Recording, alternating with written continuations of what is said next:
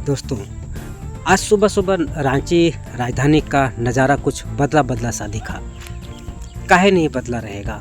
आज 21 जून है और भारतीय सभ्यता संस्कृति में 21 जून का योग दिवस कहा जाता है। आज पूरा विश्व योग दिवस मना रहा है और सभी अपने अपना स्थान पर, कोई लेटकर, कोई सूतकर, कोई बैठकर और अलग अलग आसनों में योगासन कर रहे हैं।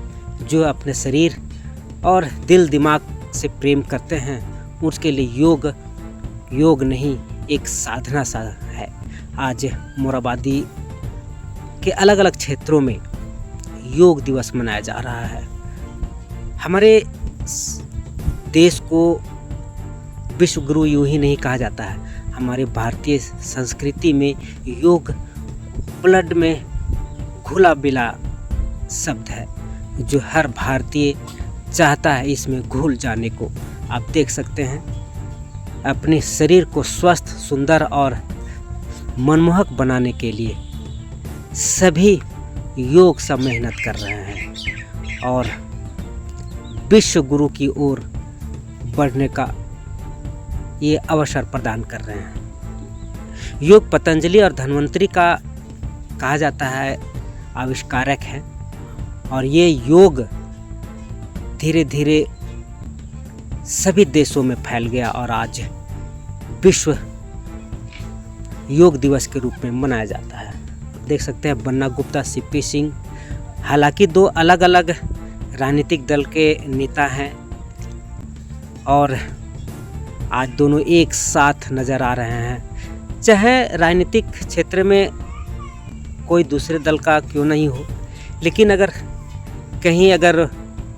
शरीर पर स्वस्थ रहने की बात हो तो सारे भूल जाते हैं और एक मंच पर दिखाई देते हैं। सीधा बन्ना गुप्ता जी भी हैं और आज योग दिवस पर सीधा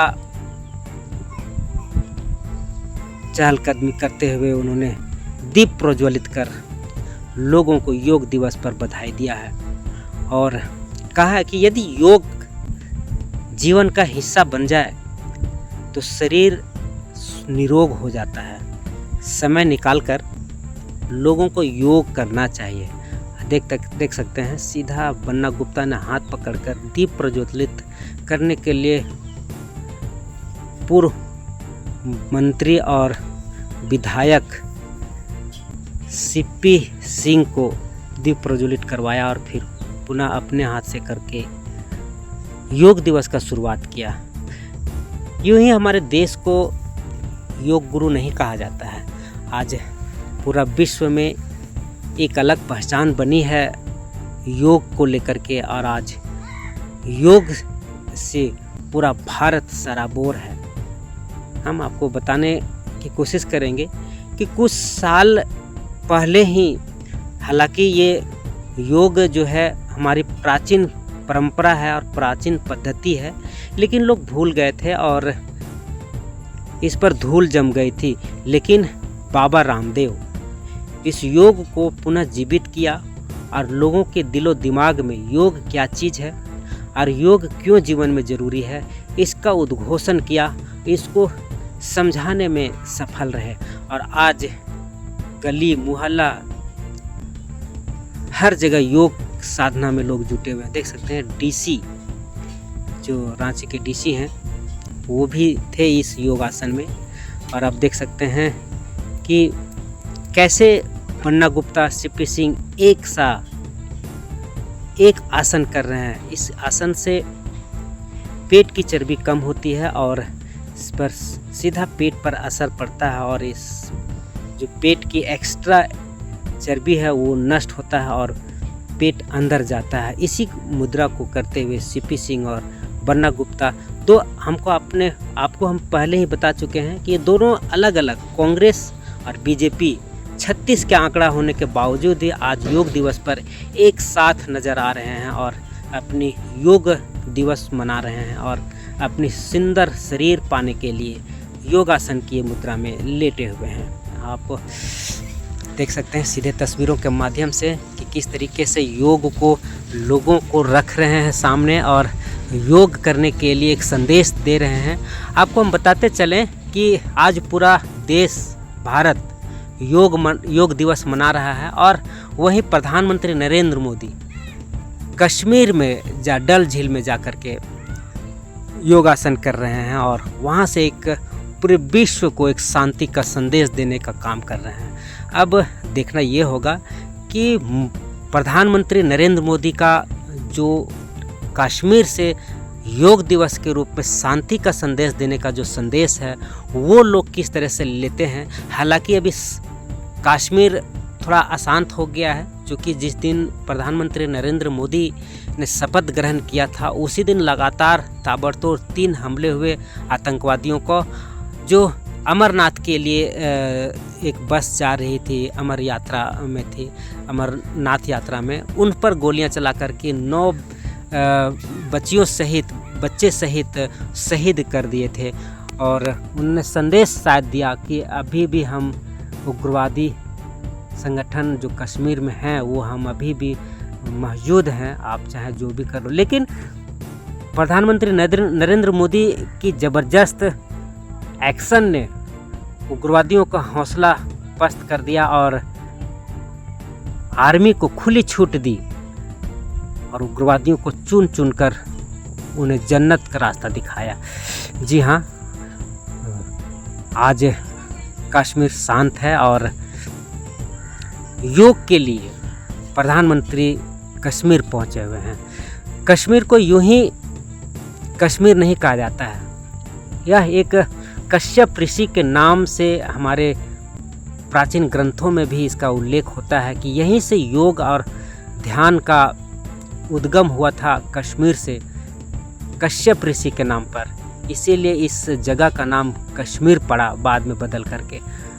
आप देख सकते हैं सीधे तस्वीरों के माध्यम से योगासन में बैठे महिला पुरुष सभी योग की महत्व को दिखाते हुए ये योग कर रहे हैं। और यह भारत का एक प्राचीन परंपरा है और इस परंपरा से कई युद्ध भी जीते गए हैं। हालांकि योगासन मन की शांति, समृद्धि और एकाग्रता के लिए मानी जाती है और ये जो पद्धति होती है मन शांत होती है और चेहरा खिलता है।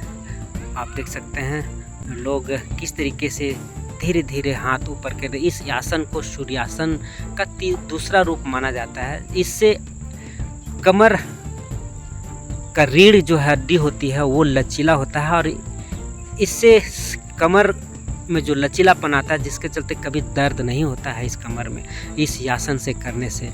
और ये खूबसूरत आसन कर रहे हैं लोग, जिसको लेकर के आज विश्व गुरु बनने के कगार पर, क्योंकि हालांकि हमारा देश पहले से ही विश्व गुरु था, लेकिन कई आक्रांताओं ने हमारे देश को छिन भिन किया, संस्कृति सभ्यताओं को मट्टी पलीत करने का कोशिश किया, लेकिन भारतीय जो हमारी सभ्यता थी वो नहीं मिटा और आज भी फलीभूत है और लोग को अपने जीवंत होने का साक्षात दर्शन करा रही है।